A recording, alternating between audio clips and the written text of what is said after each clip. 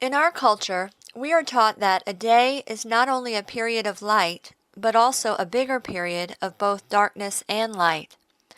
But the Bible makes it clear that only the light is called day, and the darkness stands alone, and it's called night. Whenever both the light and darkness are being referenced in the Bible, it will say day and night. When there is a passage of time referenced and only day is mentioned, it is understood that night happens between each day because they naturally follow each other. The most common objection I hear when I say the Bible always speaks of days that don't include nights is Genesis 1, particularly the statement, "And the evening and the morning were the first day." The argument is that this statement is defining a different kind of day, one that includes the night. I'd like to put this objection to rest. First of all, words mean things, and we need to understand what they mean and apply them properly. Second, we need to investigate the original language of the text and not just rely on the English translations for our understanding. Third, we need to apply what is revealed to us in the text with the proper understanding of each word and how they appear. Reading the first 5 verses in Genesis 1 from the King James, it says, "In the beginning God created the heaven and the earth was without form and void, and darkness was upon the face of the deep. And the Spirit of God moved upon the face of the waters, and God said, 'Let there be light,' and there was light." Notice darkness is established as being present at the onset of this narration. Then light comes to be. "And God saw the light, that it was good, and God divided the light from the darkness. And God called the light day, and the darkness he called night." Now notice the text is defining for us what is called day, the light. "And the evening and the morning were the first day." Now, this is where we need to understand what the original words mean and how they appear in order to better understand what this passage is communicating.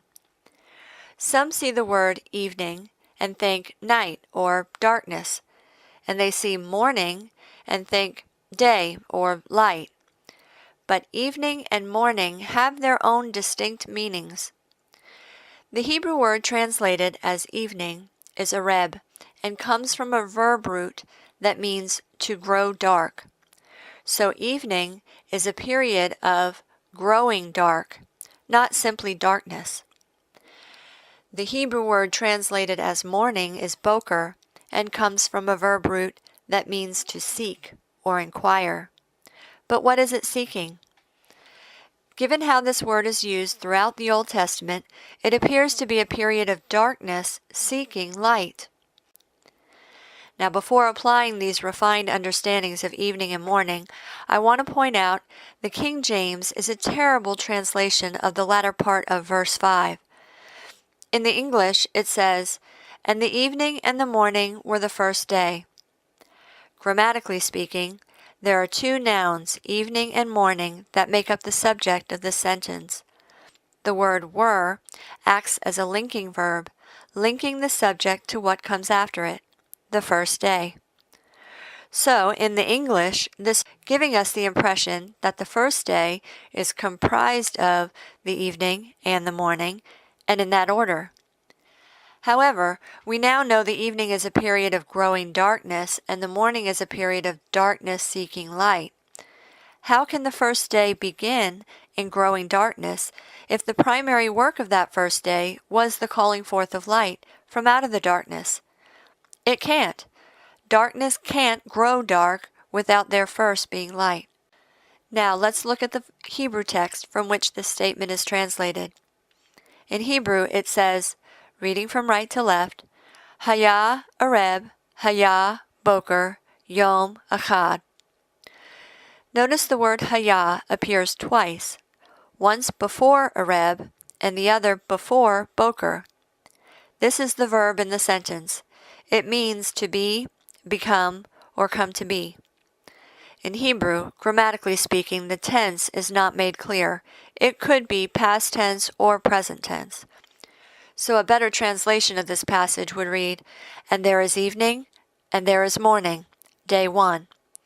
Or, and there comes to be evening, and there comes to be morning, day 1. Now this reads differently. This is not combining the evening and the morning together and calling it all day. Rather, it is identifying the evening and morning as two separate events, and then day is counted. Genesis chapter 1 is one long narration of a continual sequence of events. If we apply the proper definitions of evening and morning to those words when they appear in the narration, then this all makes much more sense. The light remains being called day. The darkness remains being called night. Evening describes the event of growing darkness at the end of each day, and morning describes the event of darkness seeking light at the end of each night. And then each previous day is counted, with the nights being understood as naturally occurring between each day. Let me demonstrate. In the beginning, God created the heaven and the earth comes to be without form and void. And darkness is upon the face of the deep, and the Spirit of God moved upon the face of the waters. And God says, "Let there be light," and there comes to be light.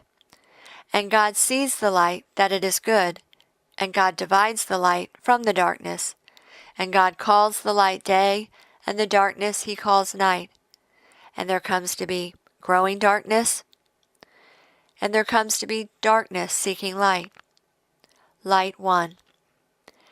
And God says, "Let there be something else." Something else comes to be. And God calls that something else. And there comes to be growing darkness, and there comes to be darkness seeking light. A second light. And the sequence of events continue to be laid out in this chapter, culminating in 6 days and 6 nights, with all the works being made in the light of day. Exodus 20:11 says, "For in 6 days the Lord made heaven and earth, the sea and all that in them is, and rested the 7th day." And then in John 9:4, Yeshua draws upon this notion of working in the day as opposed to the night, when he says, "I must work the works of him that sent me while it is day. The night cometh when no man can work." Hopefully this explanation clears up all the confusion surrounding the day in Genesis 1. God calls the light day, and it is separate from the darkness, which he called night. And in the Bible, the day never includes the night.